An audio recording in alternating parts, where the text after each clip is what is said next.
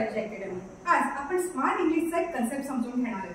तुम्हाला माहितीच असेल नॉर्मल इंग्लिश आणि स्मार्ट इंग्लिश याच्यामध्ये डिफरन्स आहे. म्हणजे आपण जनरल जे सेंटेन्सेस बोलतो की नॉर्मल इंग्लिशमध्ये काउंट होतात, पण त्याच्या व्यतिरिक्त आपण काहीतरी एक्स्ट्रा ऑर्डिनरी वर्ड्स यूज करतो त्यावेळेला ते स्मार्ट इंग्लिशमध्ये काउंट. मग ह्याच्यामध्ये वेगवेगळ्या टाइप्समध्ये डेजला कसं एक्सप्लेन केलं गेलेलं आहे ते बघूया. एक कन्सेप्ट आहे हे डे. म्हणजे एखादा जर हॅपी डे असेल आपल्या आयुष्यामध्ये तर त्याला आपण हे डे म्हणतो. मर्की डे, अनहॅपी डेला आपण मर्की डे असं म्हणतो. सॅलड डे, जेव्हा ओल्ड डेज आपण रिमेंबर करतो त्यावेळेला त्यांना सॅलड डे असं म्हटलं जातं.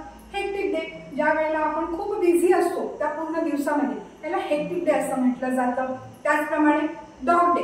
डॉग डे म्हणजे काय तर व्हेरी टायरिंग डे, ज्या दिवशी आपण खूप दमून जातो, खूप वर्कलोड आपल्याला आलेला असतो, तो डे असतो आपला डॉग डे. आणि डी डे किंवा very important day. D day म्हणजे आपल्या आयुष्यातला जो सर्वात इम्पॉर्टंट डे असतो त्याला आपण रेड लेटर डे सुद्धा म्हणतो. म्हणजे तुम्ही कॅलेंडर जर बघितलं असेल तर काही काही डेज रेडमध्ये मार्क केलेले असतात, ते असतात डी डे, व्हेरी इम्पॉर्टंट.